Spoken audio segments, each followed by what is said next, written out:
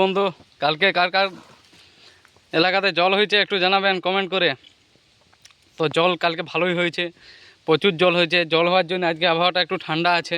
তো এমনি ঠান্ডা আবহাওয়া থাকলে কাজ করতে খুবই ইচ্ছে করে, কারণ ঠান্ডা আবহাওয়াতে জোশটাও বাড়ে আর মনের জোরটাও বাড়ে।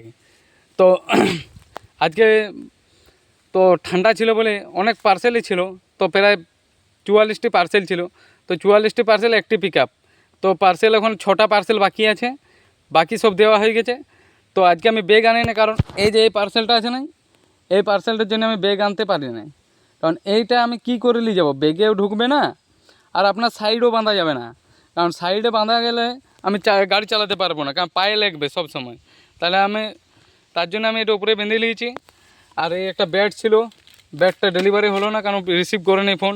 গ্রামে যাই জিজ্ঞাসা করলাম, বলছে না এখানে লয় গ্রামের।